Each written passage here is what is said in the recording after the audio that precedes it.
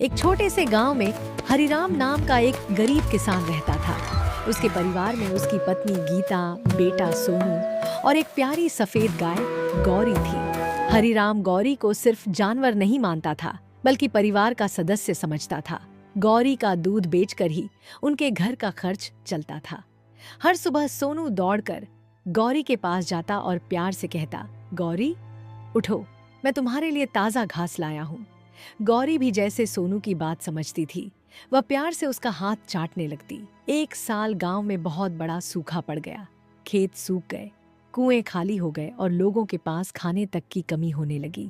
धीरे धीरे हरिराम की हालत खराब होने लगी। घर में अनाज खत्म होने लगा। एक रात गीता ने दुखी होकर कहा, अब क्या करेंगे, घर चलाना मुश्किल हो गया है। हरिराम चुप था। उसकी नजर बार बार गौरी पर जा रही थी।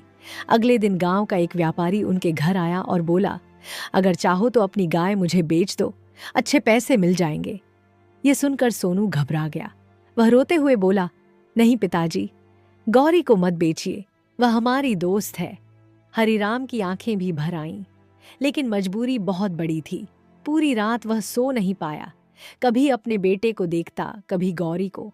सुबह जब वह गौरी को बेचने ले जाने लगा, तभी अचानक गांव के प्रधान वहां आए। प्रधान बोले, सरकार की तरफ से सूखा पीड़ित किसानों की मदद के लिए योजना आई है। जिन किसानों के पास पशु हैं, उन्हें सहायता दी जाएगी। हरिराम को कुछ पैसे और चारे की मदद मिल गई। यह सुनकर सोनू खुशी से उछल पड़ा और गौरी को गले लगा लिया। धीरे धीरे बारिश शुरू हुई। खेत फिर से हरे होने लगे। गौरी का दूध बढ़ गया और घर की हालत भी सुधरने लगी। एक दिन सोनू ने अपने पिता से पूछा, पिताजी, आपने गौरी को बेचा क्यों नहीं? हरिराम मुस्कुराया और बोला, बेटा, मुश्किल समय में अपने साथ देने वालों को कभी नहीं छोड़ना चाहिए। गीता ने कहा, सच्चा परिवार वही होता है जो हर सुख दुख में साथ रहे। उस दिन सोनू ने सीख लिया कि प्यार और अपनापन पैसे से कहीं ज्यादा कीमती होते हैं। सीख, मुश्किल समय में धैर्य और अपनेपन का साथ कभी नहीं छोड़ना चाहिए।